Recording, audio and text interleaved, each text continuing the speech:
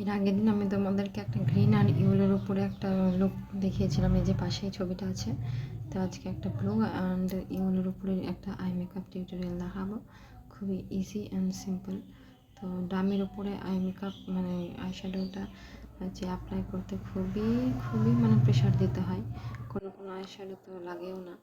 আর যদি খুব চিপ মানে আমারটা তো এক্সপেন্সিভ নয়, তো সেই জন্য হয়তো কালারের এরকম একটা প্রবলেম আসছে আমার।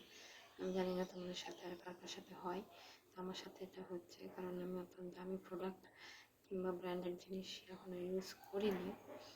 খুবই কম দামি আইশ্যাডো প্যালেটটা মোটামুটি 250 টাকা ফ্লিপকার্ট থেকে নিয়েছিলাম।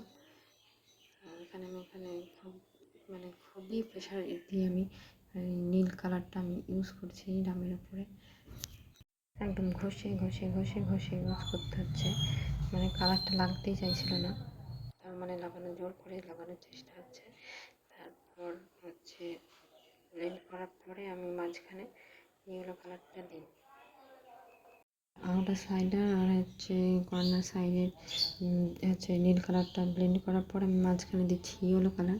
এই ইয়েলো কালারটাও তাই ভালো করে ব্লেন্ড হতে চাইছিল না, জানি না স্কিনে কেমনভাবে এটা হচ্ছে প্রভাব পড়বে।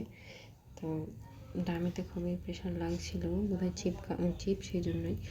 তারপর সেটাকে ভালোভাবে একদম মানে খুবই কটা যে কোপ মেরেছে তার ঠিক নেই, ভালোভাবে অ্যাপ্লাই করার পর এই যে এরকম একটা লুক এসছে। হয়তো এক্সপেন্সিভ কালার দিয়ে ইউজ করলে এটার লুক আরেকটু বেটার হতো, মানে একটু বেশি বেটার হতো। তো আমি সেরকম করতে পারিনি। তো এই যে এইরকম একটা লুক এসছে সিম্পল। তো এই লুকটা তোমাদের কেমন লাগলো অবশ্যই জানিও। এরপরে আমি আইলাইনার অ্যাপ্লাই করব। তো এখানে আইলাইনারটা অ্যাপ্লাই করছি। তো আমি তোমাদেরকে বলছি যে আমার ভিডিও যদি তোমাদের ভালো লাগে থাকে তাহলে অবশ্যই লাইক করে দিও আর চ্যানেলটাকে সাবস্ক্রাইব করে দিও। তো এই হচ্ছে ফাইনাল লুক।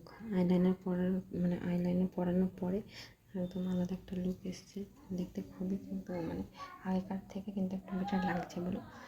তো এই হচ্ছে আমার এই লুকটা ভালো লাগলো, তোমাদের কেমন লাগলো অবশ্যই জানিও।